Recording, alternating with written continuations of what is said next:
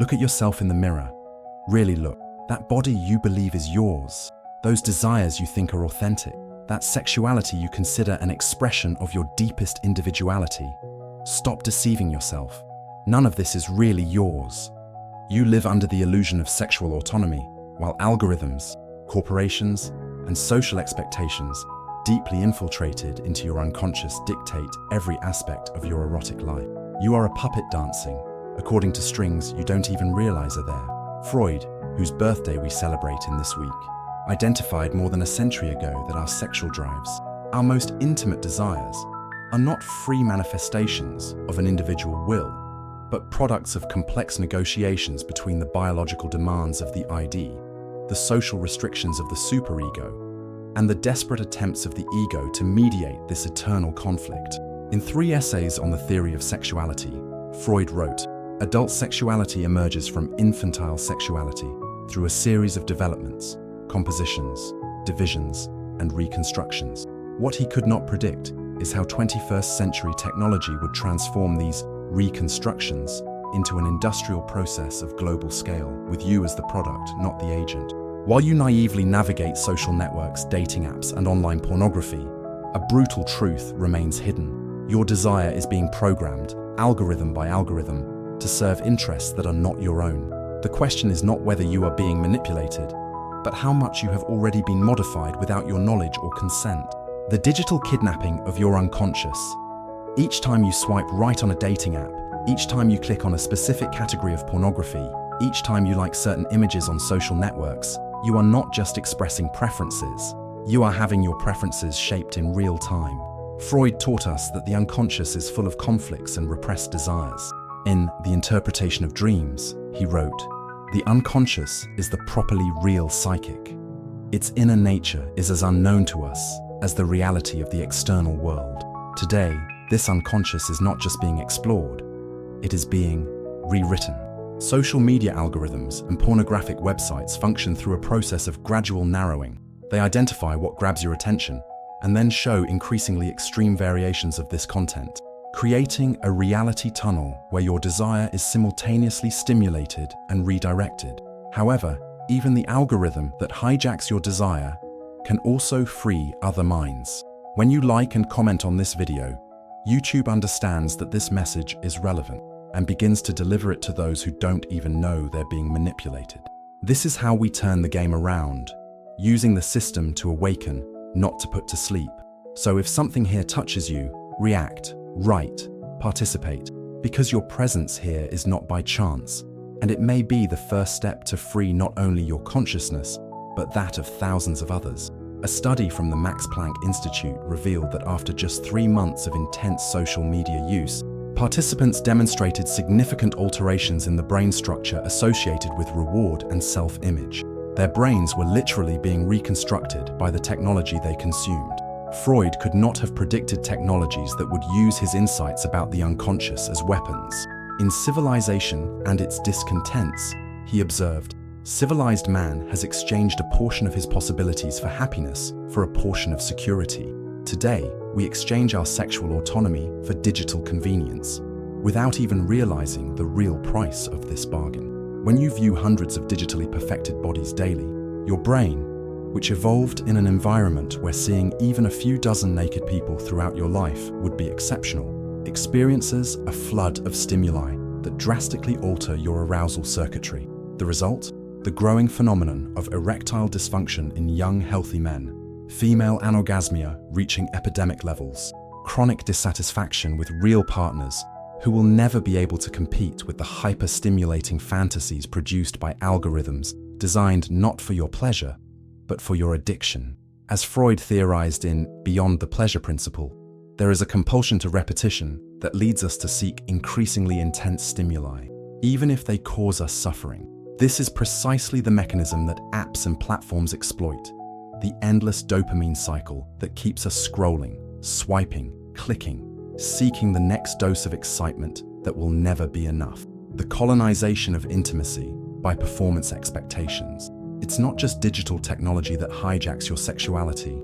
It's also the insidious invasion of market logic, productivity, and performance in your bedroom, in your body, in your mind. Freud in The Ego and the Id showed us that the superego, the internalization of social expectations, constantly judges and censors our most authentic impulses. But what he did not live to witness is how the contemporary superego has been colonized by sexual performance expectations that transform the act into yet another arena of competition and evaluation. The orgasm is no longer an expression of pleasure, it's a performance indicator.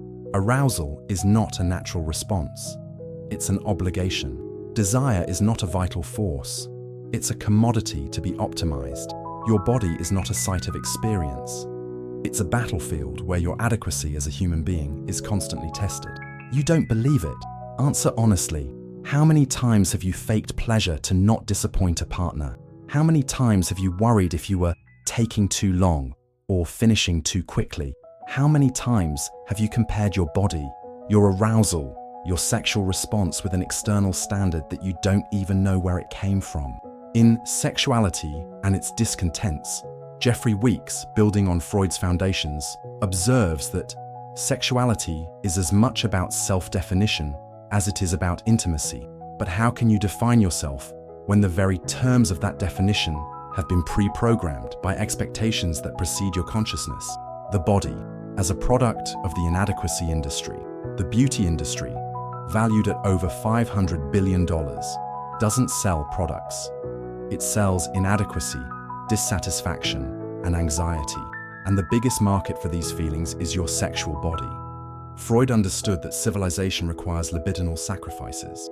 In Civilization and Its Discontents, he wrote, "Civilization is built upon the renunciation of instinct, but surveillance capitalism has discovered how to transform this renunciation into perpetual profit, not through the suppression of desire, but through its constant stimulation combined with systematic frustration." Think about how body images promoted by media affect your sexual confidence. For women, the perfect body is simultaneously curvaceous and skeletal, young and sophisticated, sexually available and unattainably pure. For men, the acceptable body is effortlessly muscular, potent without vulnerability, dominant without toxic aggression. These are impossible bodies, literally impossible, because even the models in the images don't look like their own photos after Photoshop and filters. And yet, you unconsciously compare your real body with these digital fictions every time you undress with a partner, every time you evaluate your attraction, every time you judge your own value as a sexual being. Research published in the Journal of Sex Research demonstrated that regular exposure to idealized body images is directly correlated with increased sexual anxiety, decreased satisfaction with one's own body, and reduced pleasure during intimate encounters. Your body is literally losing the ability to feel pleasure while trying to perform adequacy to fictional standards. As Freud wrote in Group Psychology and the Analysis of the Ego, in mass processes, reality testing recedes before the strength of emotionally charged wishes. Your reality testing, your ability to realistically assess your body and your desires, has been hijacked by artificially implanted desires that serve not your satisfaction, but your eternal profitable dissatisfaction. The pathologization of the natural and the normalization of the artificial. Perhaps the most perverse aspect of this hijacking is how it completely inverts our relationship with the natural and the artificial in the realm of sexuality. Freud revolutionized our understanding by demonstrating that human sexuality is not a simple natural instinct, but a complex construction influenced by psychic and social forces. In 3 essays on the theory of sexuality, he wrote, "Popular opinion has very definite ideas about the nature and characteristics of this sexual instinct.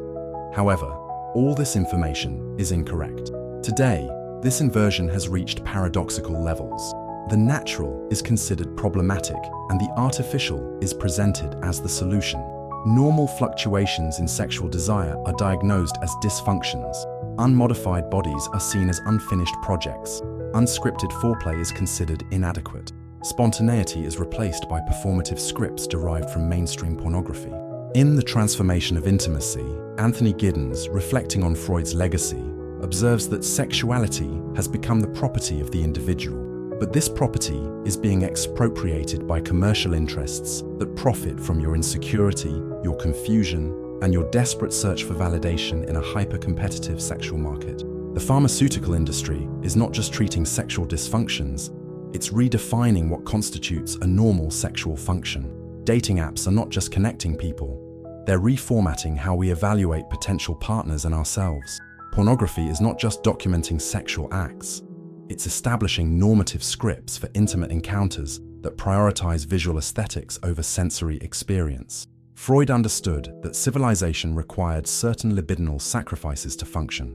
What he could not predict is how surveillance capitalism would transform this process, not to suppress desire in the name of social order, but to exploit it in the name of perpetual profit. The path to authentic sexual freedom, enough diagnosis. The situation is clear. Your sexuality has been hijacked. Your desire has been colonized. Your body transformed into occupied territory. The question now is, how do you regain your autonomy? How do you rescue your capacity for authentic desire? It won't be comfortable. It won't be quick. And it certainly won't be by following the same systems that caused your sexual alienation in the first place. First, the digital detoxification of desire. The first step is brutal but necessary. You need to recover your brain from algorithmic kidnapping. This means a period of radical abstinence from pornography, sexualized social networks, and dating apps. I'm not talking about a week or a month. I'm talking about the time necessary for your brain to recalibrate its reward circuits, which can take 3 to 6 months.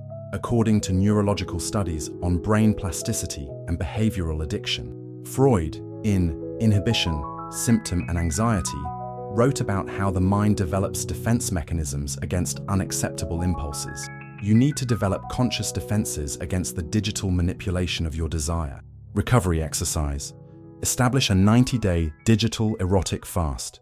No pornography, no dating apps, no following sexualized accounts on social media. Document daily how this affects your mood, your spontaneous fantasies, and your relationship with your own body. Second, reconnecting with your real body. Freud identified that neurosis often arises from the disconnection between mind and body, between consciousness and physical sensation. In The Ego and the Id, he explored how the ego is first and foremost a bodily ego. To regain your sexual autonomy, you need to relearn how to inhabit your physical body, not as an object to be evaluated or an instrument of performance, but as the primary site of your experience. Recovery exercise. Dedicate 20 minutes daily to non-sexual body awareness exercises. Feel the weight of your body, the texture of your skin, the temperature of different parts of your physical being. Observe without judgment. Inhabit your body as territory, not as image. Third, decolonizing your erotic imagination. Your erotic imagination has been invaded by external images, scripts, and expectations.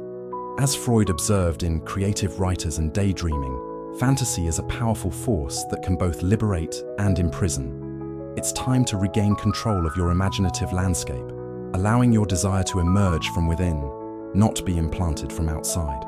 Recovery, exercise, practice conscious fantasy. Without external stimuli, allow yourself to explore your genuine desires in a state of mindfulness. Observe when pornographic scripts or performance expectations arise and gently let them go. Don't judge the content of your fantasies. Just observe their origin.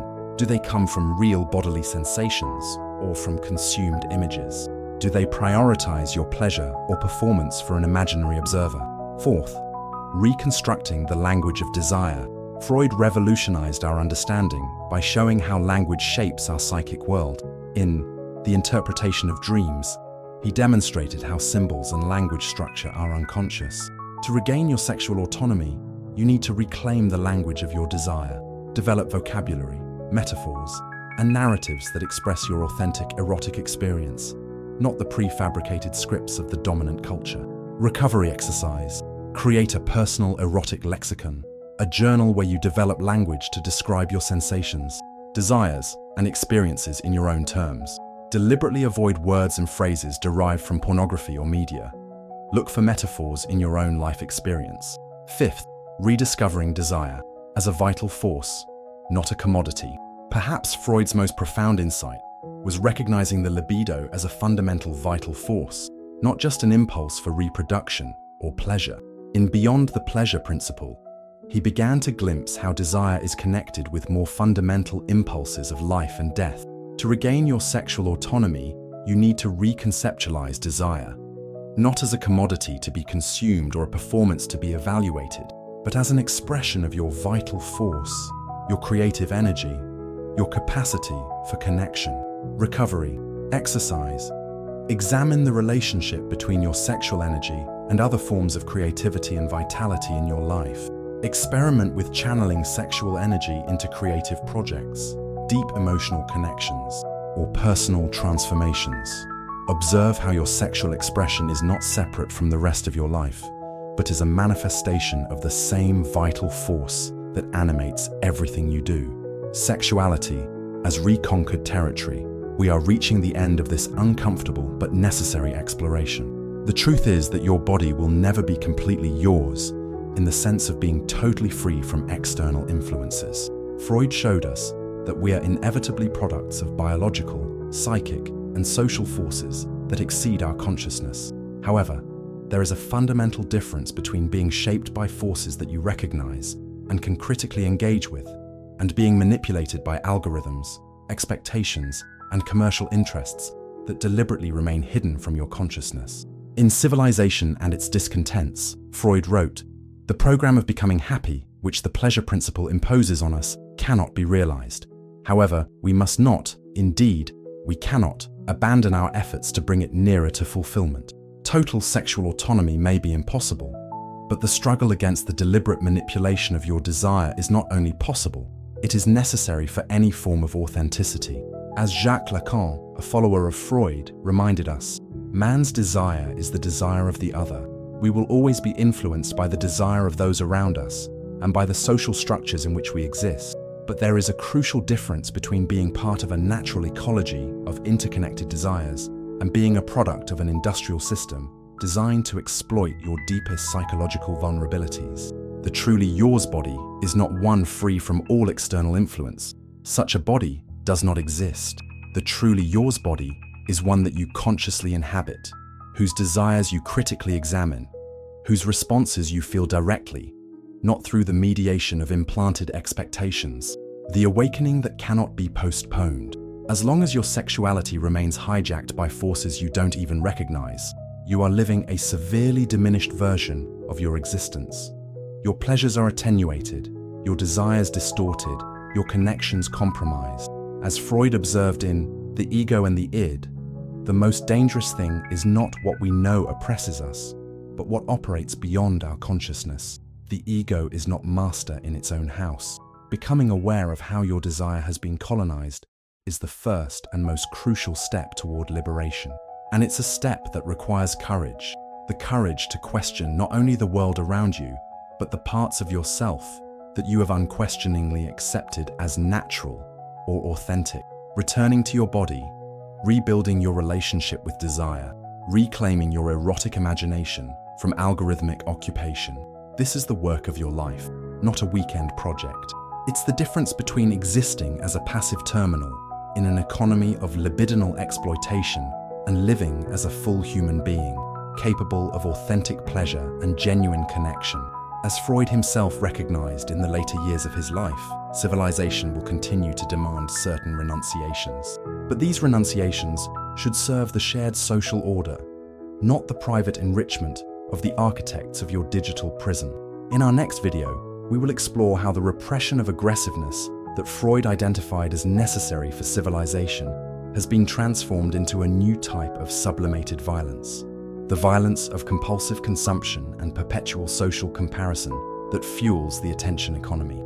If this video disturbed something deep within you, if you felt that uncomfortable pang of recognition that is simultaneously painful and liberating, write in the comments, "My body, my choice, truly mine," not as an empty slogan, but as a commitment to the arduous journey of reclaiming your erotic autonomy. Until our next meeting, the choice, as always, is yours, or at least it can be if you fight for it.